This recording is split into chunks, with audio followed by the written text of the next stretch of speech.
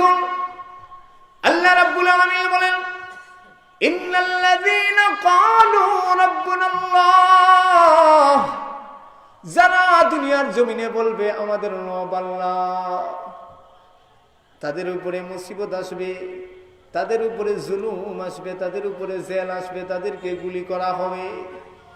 এরপরেও যদি তারা টিকতে পারে, সুম্মাস্তাকামু তাতানাজ্জালু আলাইহিমুল মালায়েকা, এবং যদি তারা ওই সত্য এবং সঠিক রাস্তার মধ্যে যদি টিকে থাকতে পারে, ইস্তেকামত থাকে। এই মুসলমান লক্ষ্য করে দেখুন, এই জায়গার মধ্যে হলো কঠিন একটা সমস্যা। আপনি আমি কিন্তু সঠিক রাস্তার মধ্যে ইস্তেকামত থাকতে হবে। কোন জায়গায়? এখন যদি আমাদের উপরে নির্যাতন আসে আর যদি আমরা ইমানটা আমাদের সাইরা দেই, যদি কই আমরাও কোনো সমস্যা নাই, আমরাও তোমাদের দলের কোনো কাজ হইব, ইস্তেকামত থাকতে হবে। কি থাকতে হবে? ইস্তেকামত থাকতে হবে। আমরা কালেমা পড়ছি লা ইলাহা ইল্লাল্লাহ, এখন যদি কেউ এসে কই কালেমা কেনে পড়লে তোরে গুল্লি করতাম, কালেমা সাইরা দে, এখন যদি এই জায়গায় যদি আপনার আমার ইমান যদি শক্ত না থাকে, আমি যদি কই গুলি করলে আমার বুকের মাঝখানে কর, কালিমা ছাড়বো না, এটার নামই হইল ইমান। এটার নাম কি? ইমান। আমার ভাইরা, কি ইমান নিয়ে আমরা চলি? এই মসজিদের সামনে যদি 500 টাকার একটা নোট থাকে, আমাদের এই 500 টাকার নোটের উপরে গিয়ে আমরা লিপ্সা জায়গা, ঠিক না? বিশ্বাস না হইলে পরীক্ষা করে দেখ। 500 টাকার একটা নোট আপনি মসজিদের সামনে রাখবা, দেখবা এখানে কয়েকজনের নজর যায়, ঠিক না বেটি? মসজিদ দিকে জুতা চুরিও নি আপনারা। এবছর স্টেজ থেকে আমার জুতা নিচে গিয়া, জায়গার নাম কইতাম না, মাহফিলের স্টেজ থেকে আমার জুতা নিচে গিয়া। ভালো হয়েছে, এরপরে নতুন একটা অ্যাপেক্সের শোরুম থেকে আমাকে দেওয়া হয়েছে। আমরা হুজুররা তো অসুবিধা নেই, ফরার বাড়ির বেগুন ভাজি খাই, এদের লাগে অসুবিধা নেই, কিন্তু আমার জুতাটা পর্যন্ত নিচ্ছে। চিন্তা করেন, মসজিদে আপনার জুতা আপনার হারবে না, একটা সিস্টেম শিখিয়ে দিয়ে যায় আজকে আপনারা। মসজিদে যখন ঢুকবেন, আপনার পায়ের ডান পায়ের জুতাটা রাখবেন এই মাথা, আর বাম পায়ের জুতাটা রাখবেন এই মাথা, দেখবেন আপনার জুতার হারাইতো। মাগনা একটা সলিউশন দিয়ে গেলাম আর কি। এখন আমি কোনো জায়গায় যখন ঢুকি, একটা জুতা রাখি পূর্ব পাশে আর একটা পশ্চিম পাশে, একটা আরেকটা ভাইতো না কোনোদিন। আর যদি আপনি একসাথে দুটোটা নিয়ে ভিতরে রাখেন, এখান থেকেও মাইরে দিব। এমন পাবলিক আছে না নাই? আমার ভাইরা, ইন্নাল্লাযীনা ক্বালু রাব্বুনাল্লাহ, এই কথার উপরে ইস্তেকামত থাকতে হবে। যারা বলবে আমাদের রব আল্লাহ, তাদের উপরে মুসিবত আসবে, এই মুসিবতের সময় ধৈর্য ধারণ করতে হবে। যদি আপনি আমি ধৈর্য ধারণ করতে পারি, আল্লাহ বলেন তোমরাই সফল কাম। সুবহানাল্লাহ বলেন। সফল কাম কারা? যারা এই মুসিবতের সময় ধৈর্য ধারণ করবে।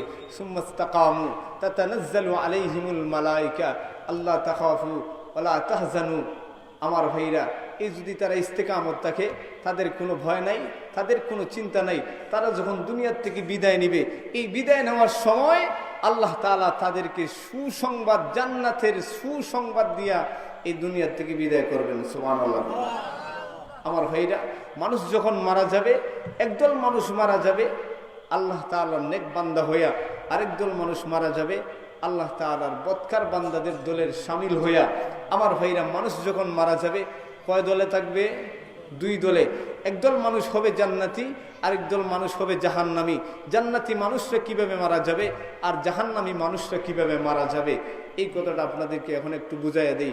আমার ভাইরা, আমরা যারা এই দুনিয়াতে আসলাম, আমরা সব কি এই দুনিয়াতে সারা জীবন থাকবো? আমাদের একদিন মরা লাগবে না? আচ্ছা, কে কে মরবেন না একটু হাত তুলেন। 2 জন পাওয়া গেছে।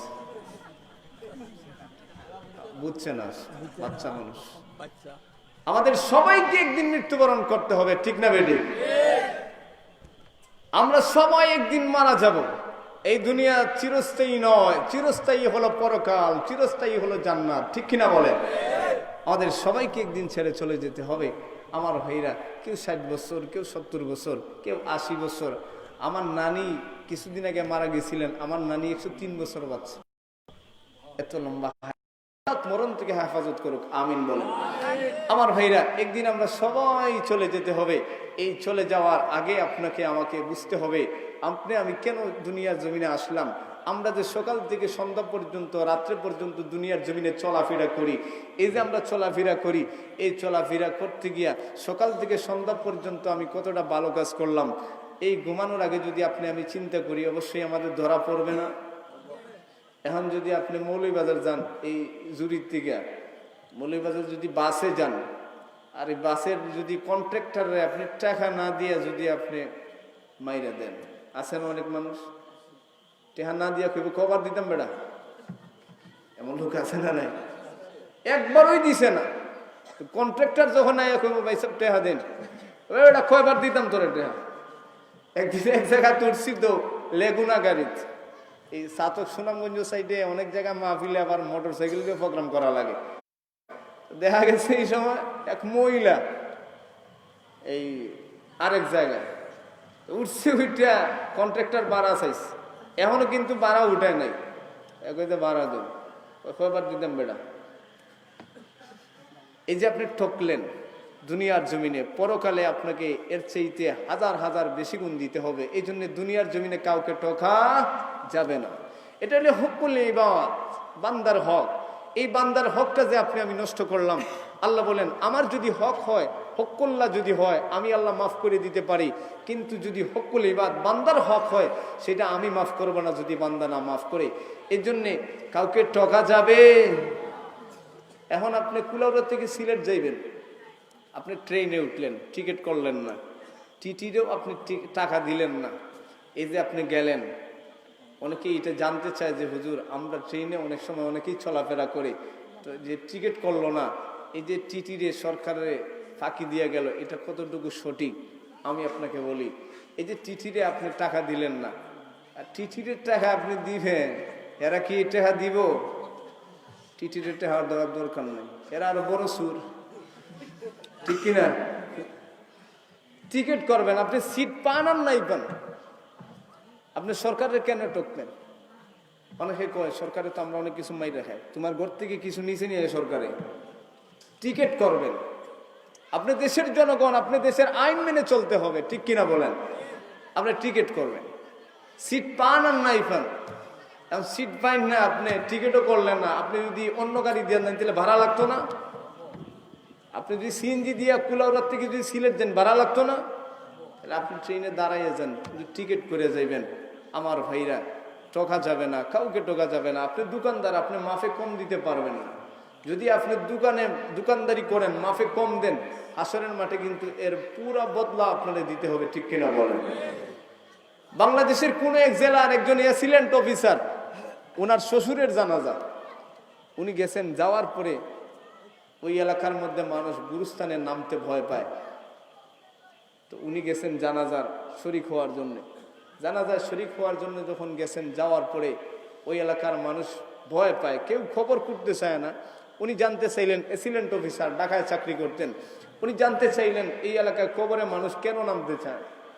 এলাকার অনেক মানুষ ইনফর্ম করে, হুজুর আমাদের এলাকায় অনেক সময় যখন মুর্দা কবরে রাখা হয়, অনেক সময় কবরে সাপ পাওয়া যায়, নাউজুবিল্লাহ। কবরে গরম গরম ভাব হয়, কবরে অনেক সময় দেখছি আগুন বাইর হয়। উনি চিন্তা করলেন, এখন এই যখন অবস্থা, তো আমি কবরে নামতে হবে। এলাকার কিছু মানুষ কবর খনন করছে, লাশ যখন এই জানাজা করা হয়েছে, জানাজার পরে লাশটা যখন কবরের কাছে নেওয়া হয়েছে, তো উনি নামছেন কবরের নাইমা, লাশটা নামাইছে। লাশ নামানোর পরে দাফন কাফন করছে। দাফন কাফন করে যখন উঠছেন, উঠার পরে ওনার হঠাৎ মনে হইল যে ওনার পকেটে মনে হয় কিছু জরুরি কাগজ ছিল। এটা কিন্তু কোনো ঘটনা না, বাকি উনি আর একটা কিতাব আছে, ইসলাম অব দ্য লাইফ, এই বইয়ের ভিতরে এই ঘটনাটা আছে। তো উনি মনে করলেন যে আমার মনে হয় পকেটের কাগজটা মনে হয় কবরের ভিতরে পড়ছে। উনি চলে আসেন, আসার পরে এলাকার সব মানুষদেরকে জিজ্ঞাসা করলেন। সবাই বললো আমরা তো মূর্খ সূর্খ মানুষ, আপনি আলেমদেরকে জিজ্ঞাসা করেন।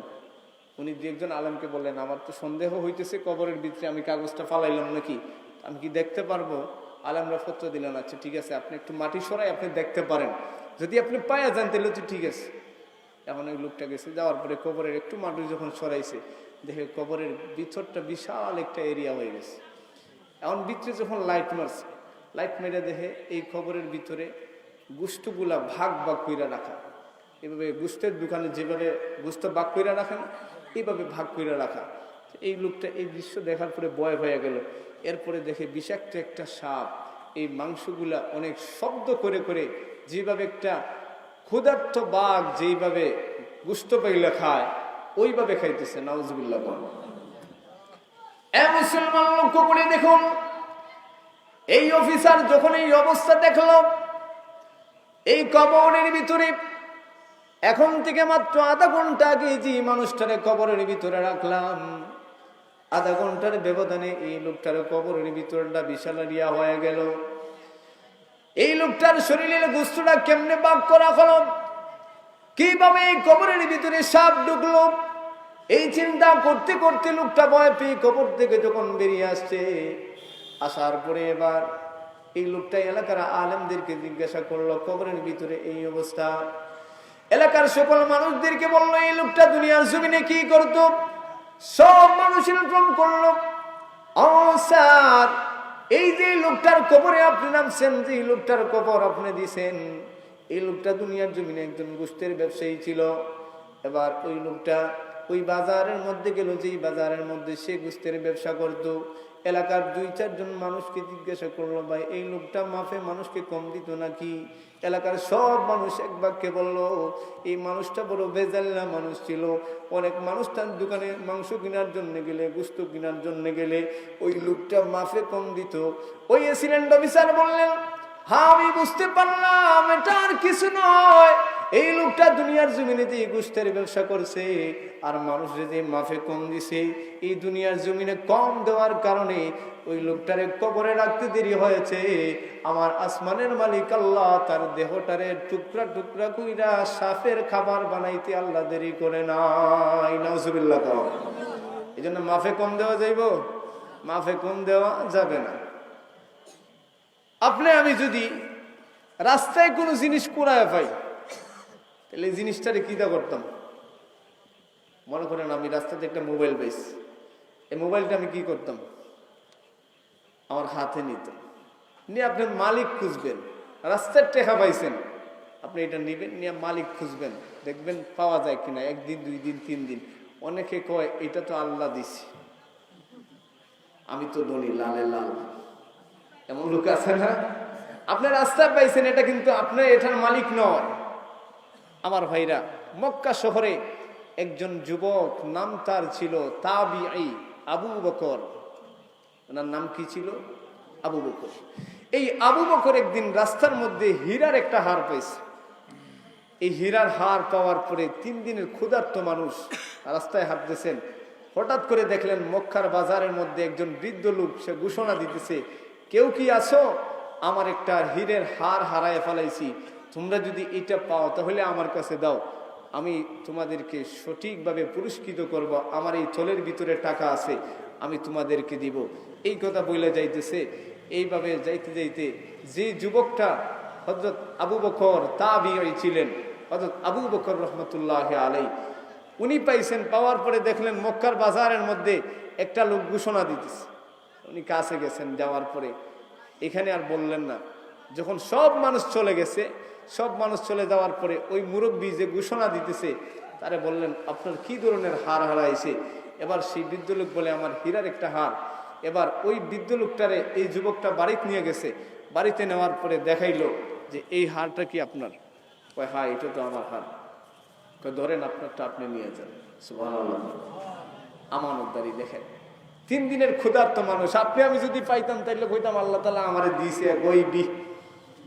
ঠিক কিনা বলেন? মুসলমান লক্ষ্য করে দেখুন, ওই 3 দিনের ক্ষুধার্ত তাবি আবু বকর এই হীরের হার পাওয়ার পরে, এই হীরের হারের উপরে তার লোভ যায় নাই। এই তাবি আবু বকর এই হীরের হার পাওয়ার পর এই হীরের হারের উপরে তার কোনো লোভ যায় নাই। এবার সেই যে মালিক ছিল, সেই মালিকের হাতে সঠিকভাবে পৌঁছাইয়া দিছি। সঠিকভাবে পৌঁছাইয়া দেওয়ার পর ওই হীরের মালিক বলে, এই থলের ভিতরে কিছু টাকা আছে, আমি সেই টাকাটা তোমাকে পুরস্কৃত করতে চাই। এবার সেই যুবক বলে, আমি যে আপনার এই হীরের হারটা আমি কুড়াইয়া পাইলাম, আপনি দিয়া যে আমি সওয়াবটা কামাইছি, এই সওয়াবের পুরস্কার আমি আমার আল্লাহর কাছ থেকে নিতে চাই, আমি তোমার কাছ থেকে নিতে চাই না। সুবহানাল্লাহ। আমি যদি দুনিয়ার থেকে তোমার কাছ থেকে নিয়ে যাই, তাহলে তো আমার আল্লাহর কাছ থেকে আমি জান্নাতে পুরস্কার পাবো না। আমি তোমার এটা নিতে চাই না। এবার যুবকটা চলে যায় আর বারবার পিছনের দিকে তাকায়। ওই বৃদ্ধ লোকটা কয়, হায় হায়, এই যে জান্নাতি একটা মানুষ, এই জান্নাতি মানুষটা, আয় হায় জান্নাতি মানুষ, এই জান্নাতি মানুষটা কত ভালো। এই হীরের হার পাওয়ার পর তার সেই হীরের হারের উপরে কোনো লোভ যায় নাই। তারে আমি নগদ টাকা দিলাম, সেই নগদ টাকাও নিতে চায় না। এটা অবশ্যই আল্লাহওয়ালা যুবক, এটাই অবশ্যই জান্নাতি মানুষ। এই তাবি আবু বকর কয়েক বছর পরে সমুদ্র ভ্রমণে যাইতেছে। তো সমুদ্র ভ্রমণে যাইতে যাইতে হঠাৎ করে সমুদ্রের মাঝখানে তার নৌকাটাই অ্যাক্সিডেন্ট হয়ে গেছে। অ্যাক্সিডেন্ট হওয়ার পরে এই তাবি আবু বকর এই সমুদ্রের মাঝখানে ঝড় তুফানের কবলে পইরা এই নৌকাটা যখন ভাঙছে, এই তাবি আবু বকর উনারে আল্লাহ তাআলা কুদরতিভাবে বাঁচাইয়া ইয়ামেনের একটা দ্বীপের মধ্যে উঠাইয়া দিয়েছেন। সুবহানাল্লাহ। এ মুসলমান লক্ষ্য করে দেখুন, ওই তাবি আবু বকর ইয়ামেনের একটা দ্বীপের মধ্যে উঠে গেলেন। ওই দ্বীপের মধ্যে যখন উঠছেন, পানির মধ্যে বাইসা বাইসা হঠাৎ করে উনার কানে শোনা গেল আজান। উনি ভাবলেন আমি অবশ্যই মুসলমান কোন একটা দেশের মধ্যে এসে বসছি। এবার উনি যখন চিন্তা করলেন, মনে হয় আমি মুসলমান কোন দেশের মধ্যে আসছি, এবার ঘুম থেকে উঠলেন, উইটা মসজিদের মধ্যে যখন যাওয়া শুরু করলেন, মসজিদের মধ্যে যাইতে যাইতে অজু করলেন। অজু করার পর মসজিদের মধ্যে ঢুকলেন। মসজিদের মধ্যে ঢুকে দেখেন ইমাম সাহেব নাই। এলাকার সকল মানুষ কয়, আপনি আমাদের নামাজের ইমামতটা করায়া দেন। উনি বলেন, হ্যাঁ আমি তো একজন হাফেজে কোরআন। বলেন সুবহানাল্লাহ। উনি এবার নামাজের ইমামতি করলেন। নামাজের ইমামতি করার পর এলাকার সকল মানুষ কয়, আপনার বাড়ি কোথায়? কোথায় আপনার বাড়ি? কোথায় আপনার ঘর? ওই তাবি আবু বকর বলেন, এলাকার মানুষ, আমার বাড়ি হলো মক্কায়। আমি সমুদ্র ভ্রমণে বের হয়েছি। সমুদ্রের মধ্যখানে ঝড় তুফানের কবলে পড়ে আমার নৌকাটা অ্যাক্সিডেন্টের কবলে পড়ে নৌকাটা ভেঙে গেল। আমি সমুদ্রের মধ্যে বাইসা বাইসা আল্লাহ কুদরতিভাবে আমারে বাঁচাইয়া দিছি। এলাকার সকল মানুষ কয়, আপনার সমুদ্র ভ্রমণে বের হয়েছেন, আপনার যে অ্যাক্সিডেন্টটা হয়েছে আল্লাহ তাআলা কুদরতিভাবে আমাদের জন্য আপনারে আমাদের দ্বীপের মধ্যে পাঠিয়ে দিয়েছে। বলেন সুবহানাল্লাহ। এবার এলাকার সকল মানুষ কয়, আমাদের এলাকার মধ্যে যে ইমাম গত 4-5 দিন আগে উনি কিন্তু মারা গেছে। আমাদের এলাকার মধ্যে একজন মানুষ নাই। আমরা কার পিছনে জানাজার নামাজ পড়বো, আমরা কার পিছনে জুমার নামাজ পড়বো, এরকম একজন মানুষ নাই। আল্লাহ তাআলা কুদরতি ভাবে আপনারে পাঠাইছে। আপনারে আর মক্কার জমিনে যেতে দেওয়া হবে না। আপনি আমাদের এখানে থাকেন। আজকে থেকে আপনি আমাদের ইমাম।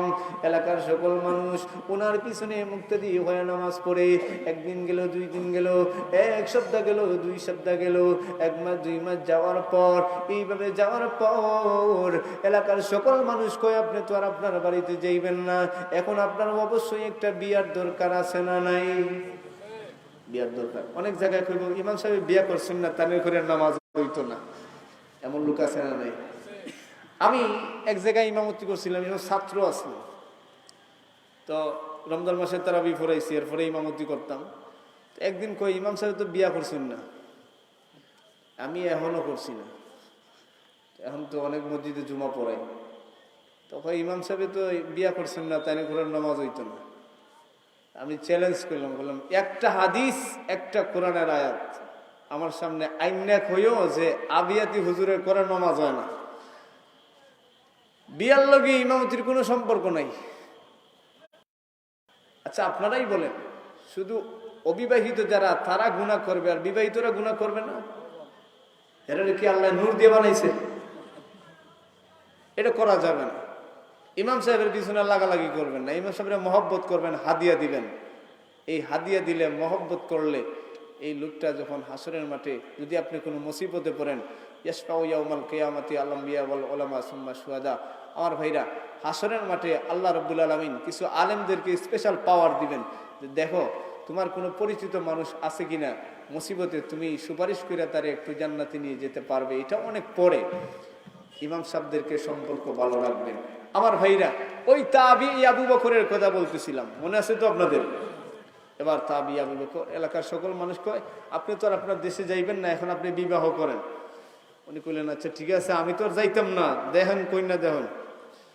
এলাকার সব মানুষ কয় আমাদের এখানে আগে যে ইমাম সাহেব ছিলেন ওনার একটা মেয়ে আছে অনেক সুন্দরী, ও আমলি মানুষ, আপনিও আমলি মানুষ, আপনি রাজি হয়ে যান, বিয়ে করে নেন। এখন উনি বললেন আচ্ছা ঠিক আছে, আমার তো বাড়িতে আর যাওয়ার কোনো সুযোগ নেই, আমি বিয়েটা করে ফেলাই এখন। উনি একদিন গেলেন, যাওয়ার পরে দেখা দেখি হইল এলাকার মুরব্বীরা মিল্লা বিয়ে দিয়ে দিছে, বিয়ে হয়ে গেছে। বিয়ে হওয়ার পরে প্রথম রাত্রে যখন বাসর রাত্রে স্বামী স্ত্রী এক ঘরে, ওই সময় এই ভাসর রাতে হযরত এই আবু বকর এই আবু বকর যখন ঘরের ভিতরে ঢুকলেন, ঢুকার সাথে সাথেই ওনার যে স্ত্রী ছিল ওই স্ত্রীর যে গলার মধ্যে হীরার হার, ওই হারের দিকে ওনার চোখ চলে গেছে। ওনার হারের দিকে যখন চোখ চলে গেছে তো উনি ওই হারের দিকে শুধু তাকাইতেছে। মুসলমান লক্ষ্য করে দেখুন, তাবিঈ আবু বকর যখন ওনার বিবির গলার হারের দিকে তাকায়, ওনার বিবি কয় এলাকার সকল মানুষের মুখ থেকে শুনলাম আপনি বড় ভালো মানুষ, আপনি বড় আল্লাহওয়ালা মানুষ, কিন্তু আমারে বিবাহ করলেন, সর্বপ্রথম আপনার সঙ্গে আমার দেখা প্রথম রাত্রিতেই দেখা, আপনি ঘরের মধ্যে দুই খাই আমারে ভালো আছো কি নাই কথা জিজ্ঞাসা করলেন না, আপনি সাথে সাথেই আপনার যে আমার যে গলার হীরের হার আছে ওই হারের দিকে আপনার লোভ চলে গেল, আপনি সেটার দিকে শুধু তাকাইতেছেন। তাবিঈ আবু বকর বলেন মুন্ডে, তোমার হারের দিকে আমার লোভ নাই, কিন্তু আমি তোমার গলার মধ্যে যে হারটা দেখলাম এই হারের দিকে চোখ যাওয়ার পর আমার মনে হইতেছে আমি এই হারটা নাকি কোথাও দেখেছি। সুবহানাল্লাহ। উনি কইতেছেন যে এই হারটা অবশ্যই আমার কাছে পরিচিত মনে হইতেছে, এই হারটা আমি কোথায় দেখছি মনে হয়। এই কথা বলার সাথে সাথেই ওনার বিবি কাঠের থেকে লাফ মাইরে উঠতে কয়, আরে যুবক ভাই, আপনি কি তাহলে সেই যুবক যে যুবকের কথা, যে যুবকের নাম জপতে জপতে আমার বাবা দুনিয়ার থেকে বিদায় হয়েছে? আমার বলছে মা রে, মক্কার জমিনে আমার এই হারটা আমি মরার আগে তুলে দিয়া গেলাম। মা গো, এই হারটা এমন একটা যুবক রাস্তার মধ্যে কুড়ায়া পাইছিল, এই যুবকটা জান্নাতি যুবক, আজকে আমি মারা যাইতেছি, আমার মারা যাওয়ার আগে এই যুবকটারে যদি পাইতাম তাহলে এই যুবকের হাতে মা গো আমি তোরে দিয়া দিতাম। এমন একটা যুবক ছিল রে মা, এই যে হীরার হার, সেই হারটা সেই লোকটা পাইছে, কিন্তু এই হীরার হারের দিকে তার লোভ যায় নাই। আমি তারে নগদ টাকা দিয়েছিলাম, এরপরেও সেই নগদ টাকা নিতে রাজি হয় নাই। এই হীরের হার তার কোন লোভ যায় নাই, এই হীরার হার নেয় নাই, টাকা দিছি টাকা নেই নাই। এই জান্নাতি যুবকটারে যদি পাইতাম গো মা, আজকে আমি মারা যাওয়ার আগে তোরে তার কাছে বিবাহ দিয়া যেতাম। এই কথা বইলা নিজের বিবি কাঁদতেছে। আর তাবিঈ আবু বকর বলেন, তাহলে তুমি কি তাহলে সেই বৃদ্ধ লোক, যে লোকটার হার আমি পাইছিলাম তার মেয়ে? শুনে নে বোন, তোমার বাবা এত কষ্ট করে মক্কার জমিনে যখন হাঁটাচড়া করতে করতে ঘুরাইতে লড়িতে গুড়িতে যখন ঘুরাইতো এই হীরের হার পাওয়ার জন্যে, আর আমিও বুঝতাম এই হীরের হার পাওয়ার পরে এই মালিকটারে দেওয়ার জন্যে, ওই হারটা আমার কাছে পরিচিত মনে হয়। আমাকে খারাপ ভাববেন না, আমাকে কোনো খারাপ লোক ভাববেন না।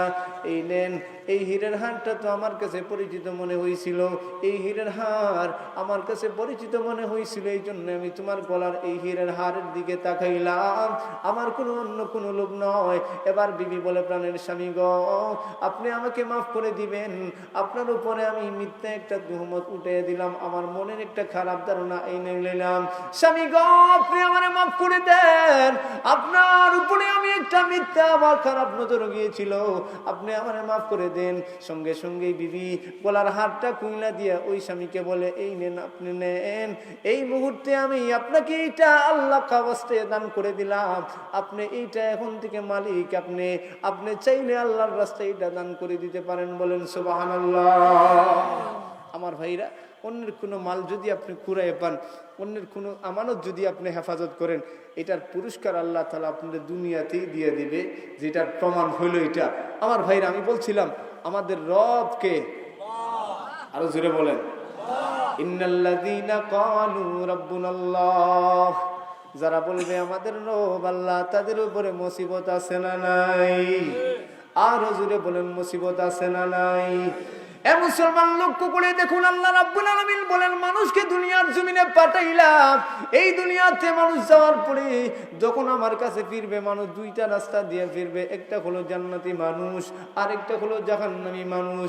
এই মানুষ যখন আমার কাছে আসবে, দুইটা রাস্তায় মানুষ আসবে, জান্নাতি আর জাহান্নামী হয়ে।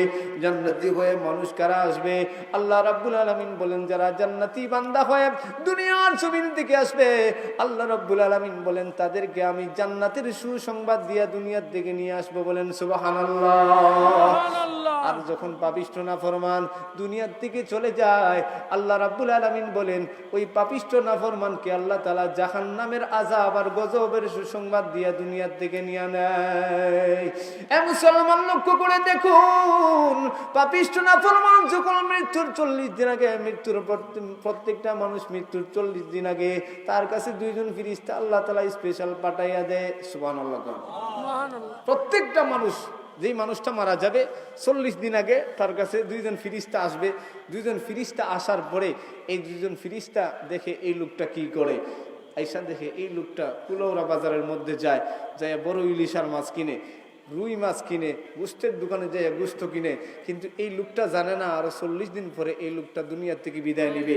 আমার ভাইরা, এইভাবে একদিন দুই দিন যাইতে যাইতে যখন মৃত্যুর 1 সপ্তাহ বাকি আছে, এই লোকটা জানে না 1 সপ্তাহ পরে এই দুনিয়ার থেকে বিদায় নেবে।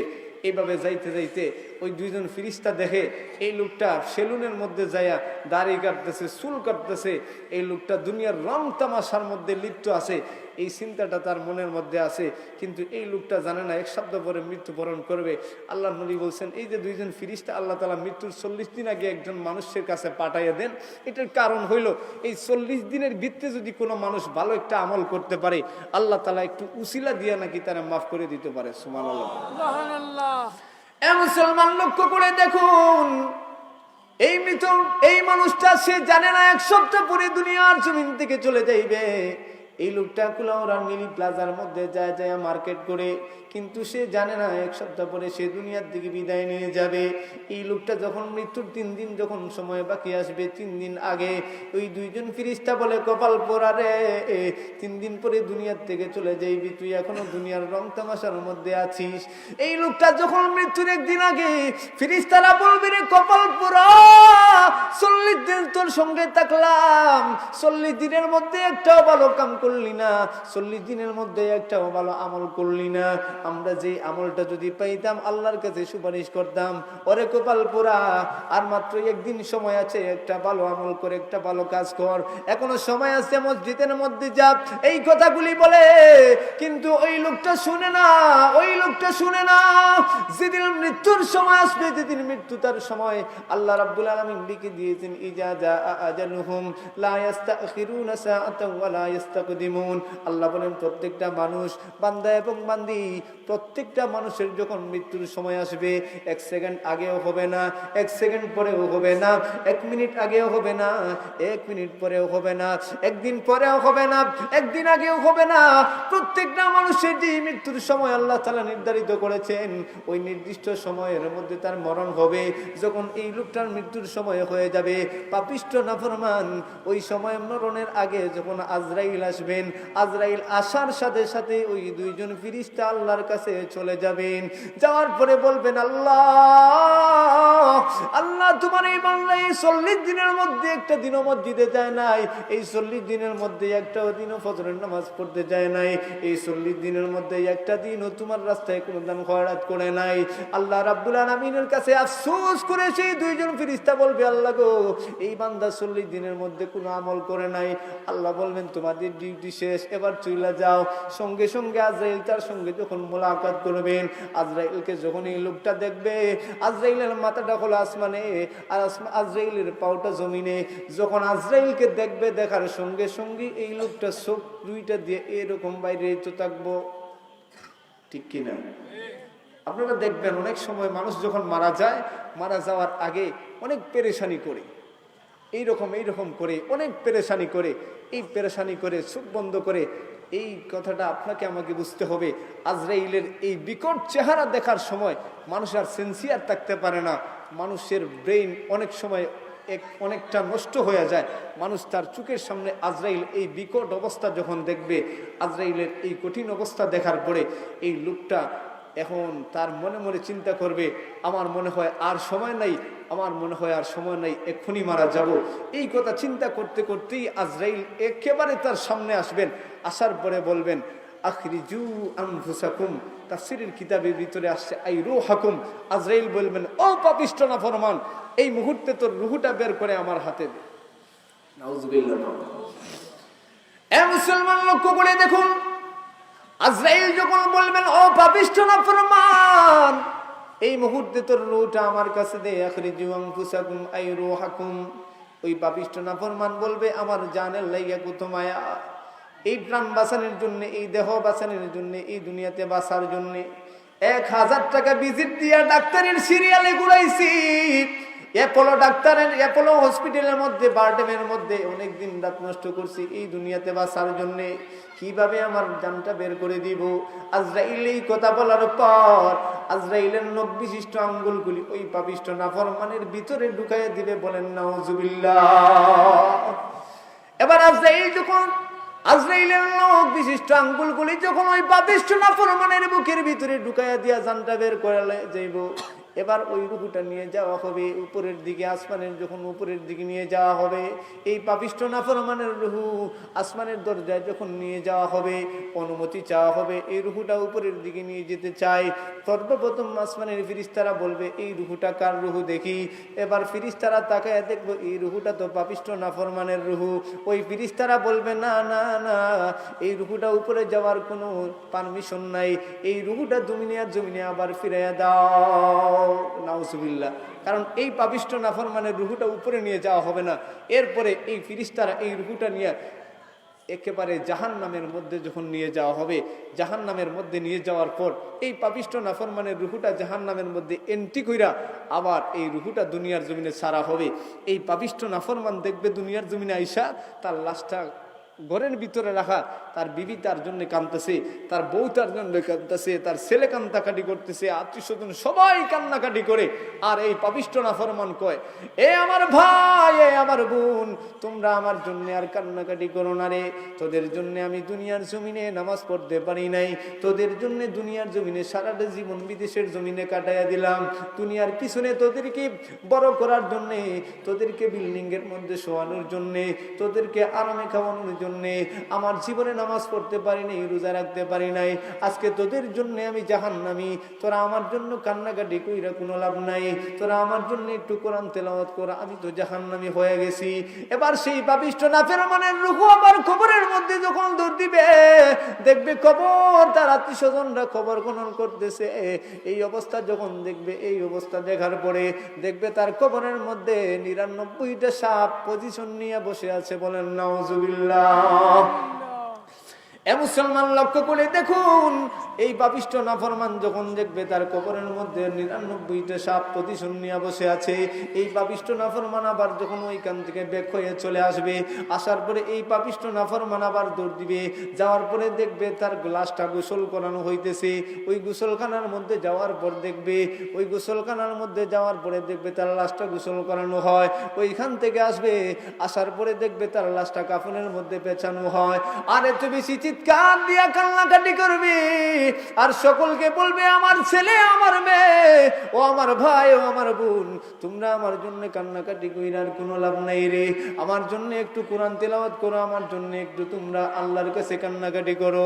তোমরা জানো না রে, আমি জাহান্নামী হয়ে গেছি। আমার কবরের মধ্যে আগুন দেখা যায়, আমার কবরের মধ্যে পজিশন নিয়ে বসে আছে সাপ। আমার কবরে রাখতে দেরি হবে রে, আমার কবরে সাপ ঢুকে যাবে, আমার জাহান্নামের আগুন ঘেরাও করে ফেলবে রে। এই কথাগুলি বলার সঙ্গে সঙ্গে ওই রূহটার চিল্লা চিৎকার কোনো দুনিয়ার মানুষ শুনবে না।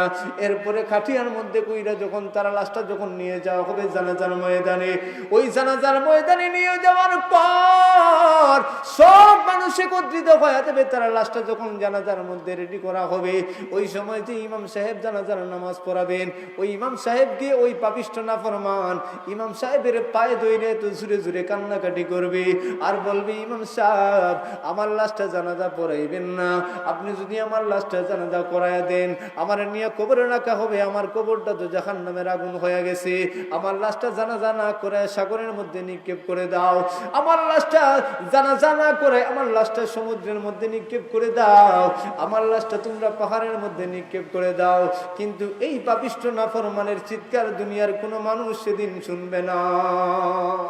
এরপরে জানাজা যখন শেষ হয়ে যাবে, শেষ হওয়ার পরে লাশটা যখন আবার কবরের দিকে নিয়ে যাওয়া হবে, ওই সময় সব মানুষের পায়ে দুইটা ওই পাপিষ্ঠ নাফরমান এত বেশি কান্নাকাটি করবে, সবাইকে বলবে, মিশকাত শরীফের হাদিসের মধ্যে আসছে, ইদা উজি আল জানাজাতু ওয়াহতামালাহার রিজালু আলা আনাকিহিম ফাইন কানাত গায়রা সালিহান ফায়াকুলু ইয়া লাইতাহা আইনা তাযহাবুনা বিহা।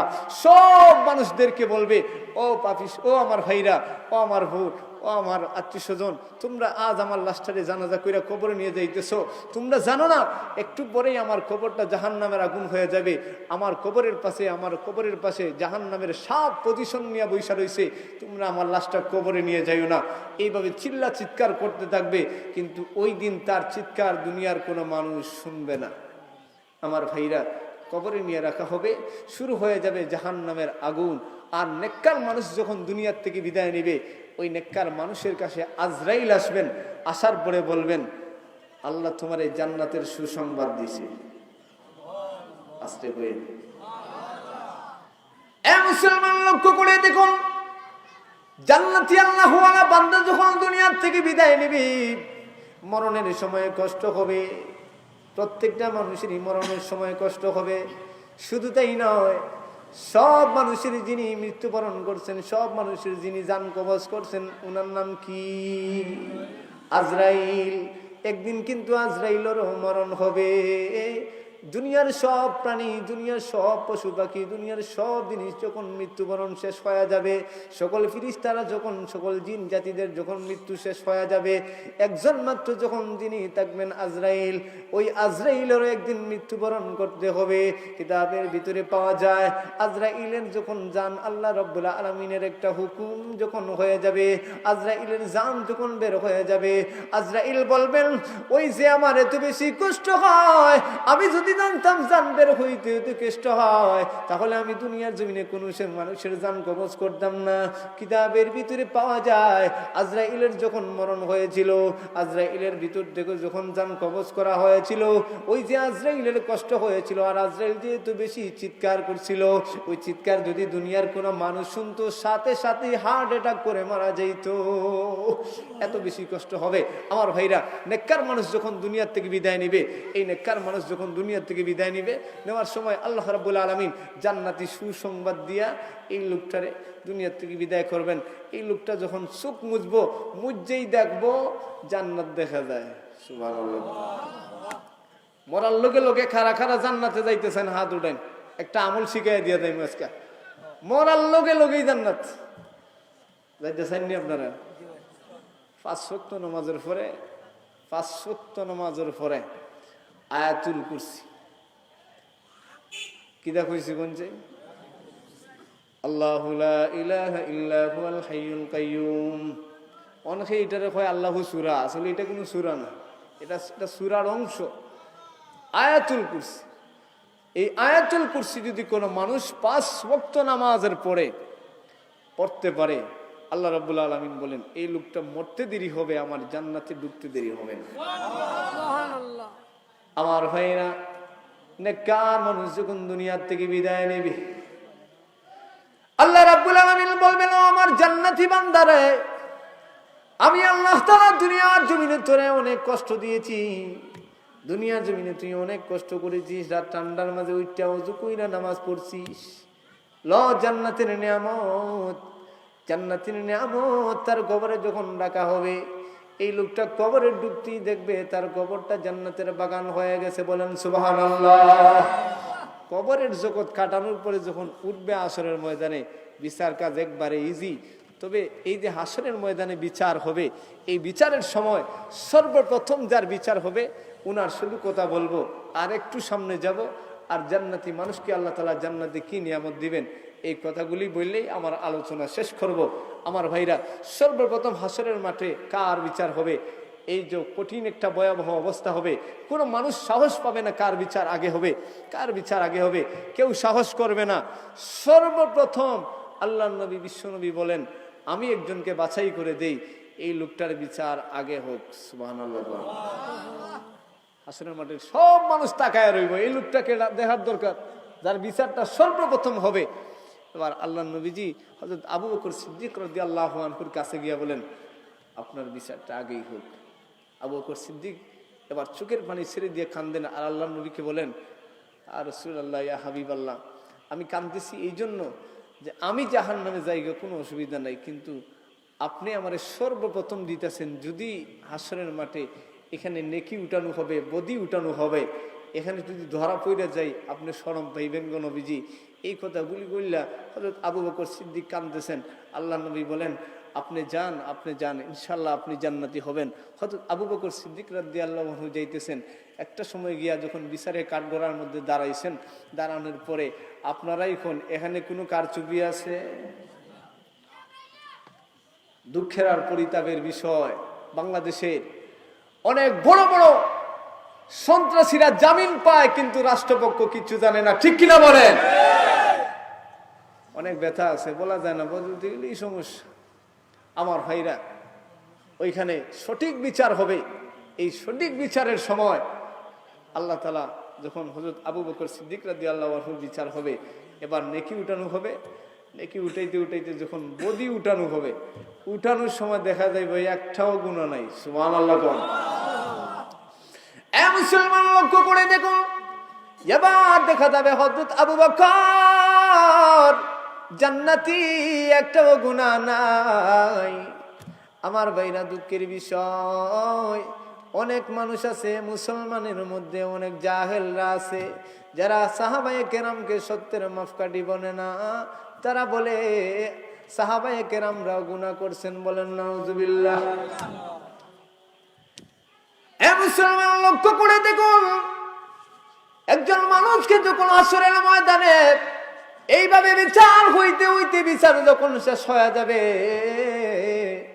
নেককার মানুষকে যখন আল্লাহ রাব্বুল আলামিন বিচারের কাঠগড়ার মধ্যে উঠাইবেন, ওই মানুষগুলি ডান হাতে যখন আমলনামা পাবে, আমলনামা পাওয়ার পর অনেক খুশি থাকবে, অনেক খুশি থাকবে।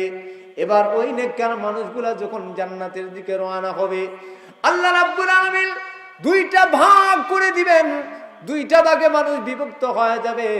দুইটা ভাগে যখন মানুষ বিভক্ত হয়ে একদল মানুষ জান্নাতি আর একদল মানুষ জাহান্নামী, সব জান্নাতি মানুষরা যখন ঢুকবে জান্নাতের মধ্যে, জান্নাতের মধ্যে ঢুকার পর আল্লাহ রাব্বুল আলামিন সব জান্নাতীদেরকে আল্লাহ তাআলা একটা ঘোষণা করবেন, তোমরা যদি আল্লাহরে সরাসরি দেখতে চাও, তোমরা সব জান্নাতীরা জান্নাতের মেন গেটের মধ্যে চলে যাও, বলেন সুবহানাল্লাহ।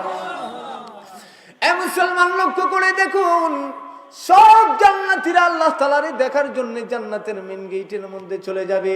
ওইখানে যাওয়ার পরে দেখবে সুন্দর একটা স্টেজ করানো, ওই স্টেজের মধ্যে একটা কনফারেন্স হবে, সেই কনফারেন্সের নাম হবে কোরআন শরীফের কনফারেন্স, বলেন সুবহানাল্লাহ। ওই কনফারেন্সের মধ্যে সর্বপ্রথম আল্লাহ রাব্বুল আলামিন বলবেন, ও বিশ্ব নবীজি, এই কনফারেন্সের মধ্যে সর্বপ্রথম তেলাওয়াত কে করবেন? আল্লাহর নবী বলেন, দুনিয়ার জমিনে একজন পয়গম্বরের কণ্ঠ বড় সুন্দর ছিল, হযরত দাউদ আলাইহিস সালাম।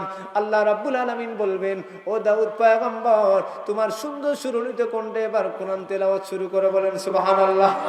এবার দাউদ পয়গম্বর যখন কোরআন তেলাওয়াত শুরু করবেন, দাউদ পয়গম্বর এত সুন্দর কণ্ঠ ছিল ওনার দুনিয়ার জমিনে, উনি যখন তেলাওয়াত করতেন সমুদ্রের মাছ ওনার কাছে এসে ওনার তেলাওয়াত শুনতো।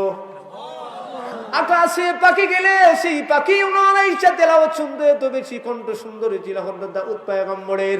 এবার আল্লাহ রাব্বুল আলামিন বলবেন, তুমি তেলাওয়াত করো। সংক্ষেপেই বলতেছি, দাউদ পয়গম্বরের তেলাওয়াত শোনার সঙ্গে সঙ্গে সব জান্নাতীরা যখন এত সুন্দর কণ্ঠের তেলাওয়াত শুনবে, এই কণ্ঠের শোনার সঙ্গে সঙ্গে সব জান্নাতীরা জান্নাতের ভিতরে সাময়িক সময়ের জন্য অজ্ঞান হয়ে যাবে। আল্লাহ বলবেন, কেন অজ্ঞান হইলা? নিয়ামত মাত্র শুরু হইছে। একটু পরে আল্লাহ নবী, বিশ্ব নবীজিকে আল্লাহ তাআলা বলবেন, অগো নবীজি, আপনি এবার তিলাওয়াত করেন, সুবহানাল্লাহ কর। মুসলমান লক্ষ্য করে দেখুন, এবার আল্লাহর নবী বিশ্ব নবী কোরআন শরীফের তেলাওয়াত শুরু করে দিবেন। আল্লাহর নবীজির তেলাওয়াত শোনার সঙ্গে সঙ্গে এত সুন্দর কণ্ঠ ছিল আল্লাহর নবী বিশ্ব নবীর, এত সুন্দর কণ্ঠ ছিল। আল্লাহর নবী যখন তেলাওয়াত করবেন, আল্লাহর নবীজির কণ্ঠের তেলাওয়াত শোনার পরে সমস্ত জান্নাতীরা জান্নাতের ভিতরে সাময়িক সময়ের জন্য অজ্ঞান হয়ে যাবে। আল্লাহ তাআলা আবার তাদেরকে উঠাইবেন, উঠে বলবেন, আচ্ছা বলো দেখি তোমরা কত সময় অজ্ঞান ছিলা? এবার সব জান্নাতীরা কইবে, আল্লাহ মনে হয় 5 মিনিট 10 মিনিট ছিলাম। আল্লাহ বলেন, না না না, তোমরা যে আমার বন্ধুর তিলাওয়াত শুনলা, তিলাওয়াত শুনলে যে তোমরা অজ্ঞান হইলা, 8000 বছর অজ্ঞান ছিল। সুবহানাল্লাহ। এবার আল্লাহ বলেন, দুনিয়ার জমিনে তোমরা আমার কালাম পড়ে মজা পাইছো, আমার কালাম পড়ে তোমরা এত বেশি মজা পাইছো, কিন্তু আমাকে দেখো নাই, আমার কোরআন তেলাওয়াত শুনো নাই। আজকে আমি আল্লাহ তাআলা নিজেই কোরআন তেলাওয়াত করে শোনাবো। সুবহানাল্লাহ বলেন। আমার ভাইরা, এবার আল্লাহ তাআলা তেলাওয়াত করবেন। আর রহমান, দুনিয়ার জমিনে আছে না? আল্লামাল কুরআন খালাকাল ইনসান। দুনিয়ার জমিনে কোরআন শরীফে আছে এইভাবে আল্লাহ তাআলা জান্নাতে তিলাওয়াত করবেন। আনার রহমান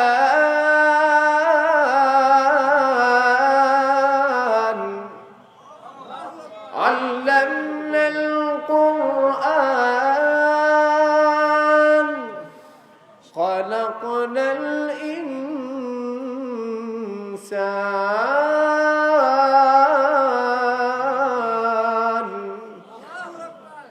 মুসলমান লক্ষ্য করে দেখুন, জান্নাতের ভিতরে আল্লাহ রাব্বুল আলামিনের সরাসরি কণ্ঠের যখন তেলাওয়াত শুনবে, সব জান্নাতীরা এই তেলাওয়াত শোনার সঙ্গে সঙ্গে অজ্ঞান হয়ে যাবে। সুবহানাল্লাহ। আবার আল্লাহ রাব্বুল আলামিন সব জান্নাতীদেরকে যখন আবার টান দিয়ে তুলবেন, বলো রে বান্দারা, তোমরা কত সময় অজ্ঞান ছিলা তোমরা বলো। এবার সকল জান্নাতীরা বলবে, আল্লাহ মনে হয় আধা ঘন্টা 1 ঘন্টার মতো শুইনা অজ্ঞান ছিলাম। এবার আল্লাহ বলেন, না না, তোমরা 1 দিন নয় 2 দিন নয়, 100 বছর নয় 200 বছর নয়, 8 লক্ষ বছর জান্নাতের ভিতরে অজ্ঞান ছিলা। বলেন সুবহানাল্লাহ। এবার সব জান্নাতীরা দেখবে ওইটা তাদের প্রত্যেকের 2টা ডানা লাগিয়ে গেছে। এই 2টা ডানা লাগাইয়া সব জান্নাতীরা কইবা, আল্লাহ এই ডানা দিয়ে কিতা করতাম? আল্লাহ বলেন, এবার সব জান্নাতীরা দেখবো স্টেজ নাই, কেউ নাই। আল্লাহ বলবেন, তোমাদেরকে 2টা ডানা লাগাই দিলাম, এই 2টা ডানা দিয়ে তোমরা উপরের দিকে উড়াল দেওয়া শুরু করো। সব জান্নাতীরা এখন উপরের দিকে উড়াল দিবে। জান্নাতের ভিতরে বুধবার দিন, কি বার দিন? আমার একটু চা দিলে ভালো হয়। আমার ভাইরা, জান্নাতের ভিতরে বুধবার দিন সব জান্নাতীরা উড়াল দিবে। বুধবার দিন উড়াল দিতে দিতে সন্ধ্যা যখন হয়ে যাবে, আল্লাহ তাআলা একটা লমলম পাথরের রেস্ট হাউসের মধ্যে সব জান্নাতীদেরকে মেহমানদারি করাবেন। সুবহানাল্লাহ। বাড়িতে গিয়ে কইেন,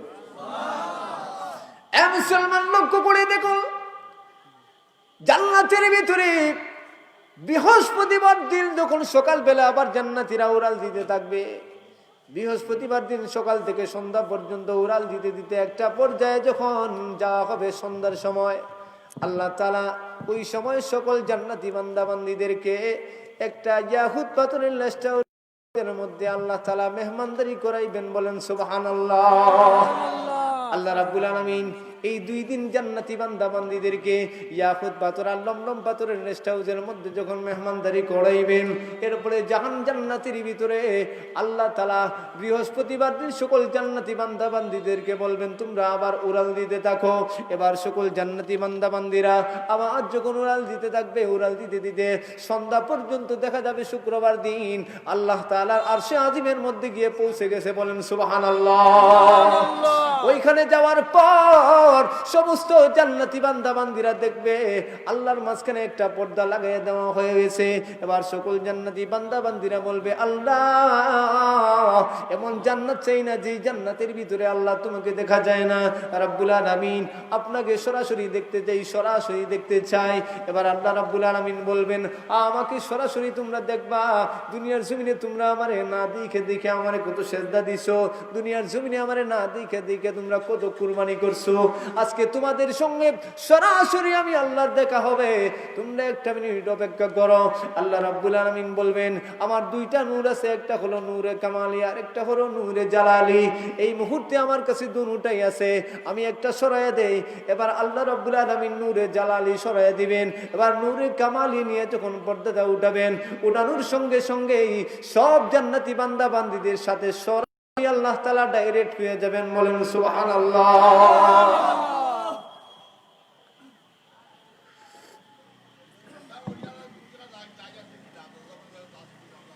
এরপরে আল্লাহ রাব্বুল আলামিন পর্দা উঠাইবেন।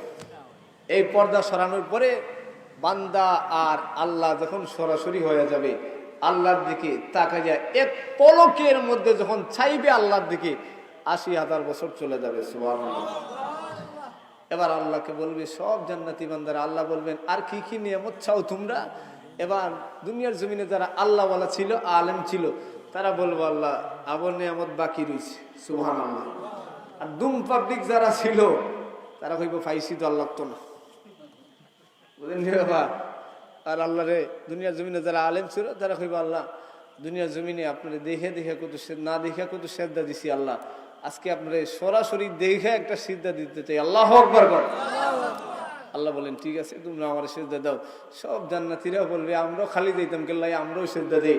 আল্লাহ বলবেন বান্দা বান্দিরা রে আমার সেজদা তোমরা পরে দিবা, আগে আমার কুদরতি বুকের মধ্যে আসো। সুবহানাল্লাহ কর।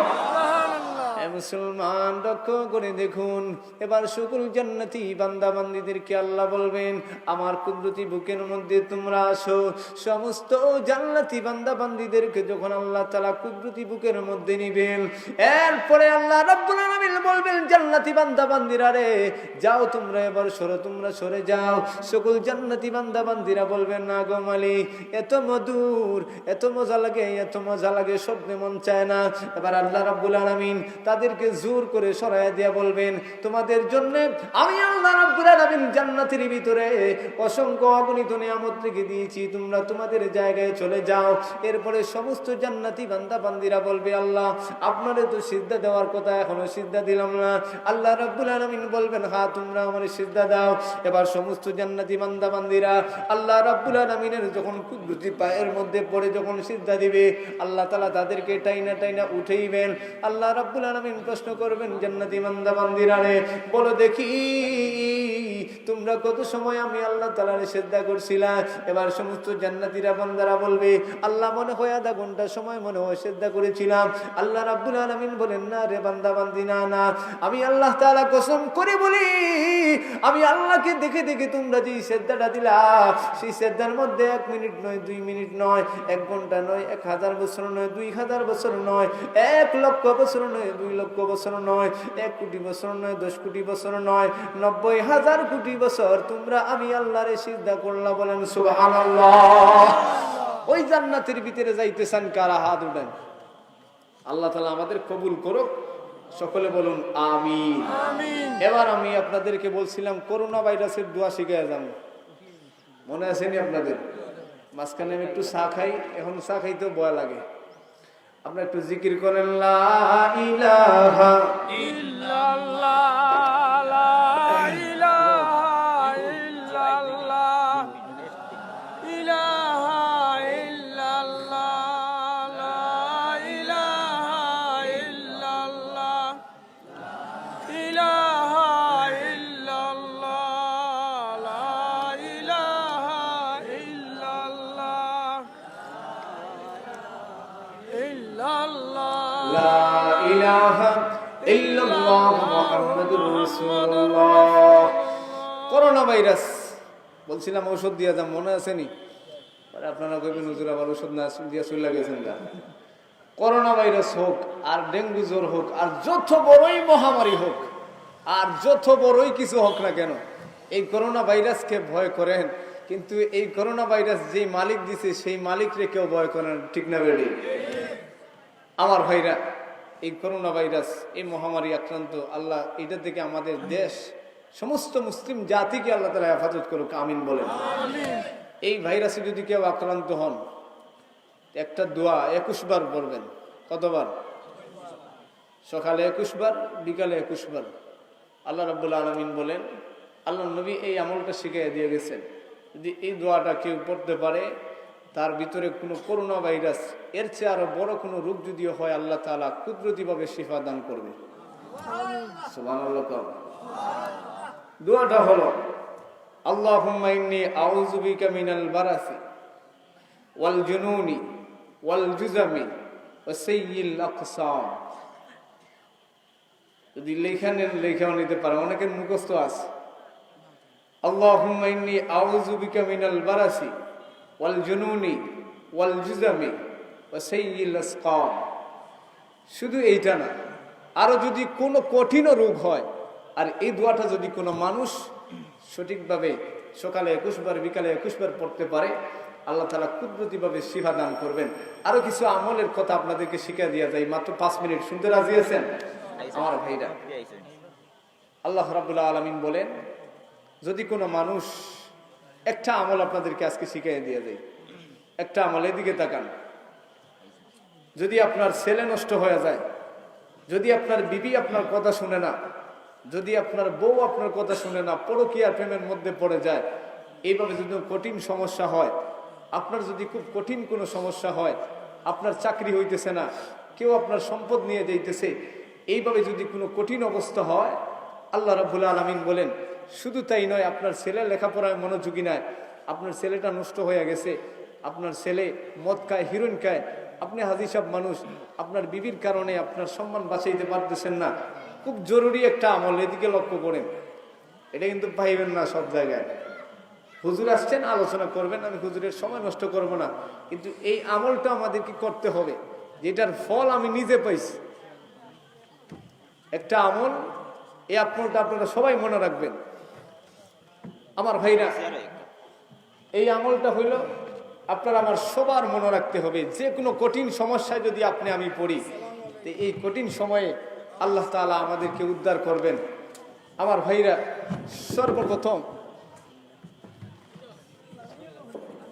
সম্মানিত উপস্থিতি, হাজিরা মজলিস, আবেদ মাওলানা আনসার মানসারি সাহেবের কাছ থেকে গুরুত্বপূর্ণ নাস্তা শুনলাম। বীরসংঘ ইসলামী সমাজ কল্যাণ পরিষদের পক্ষ থেকে ধন্যবাদ জানাই। সম্মানিত মুসলিম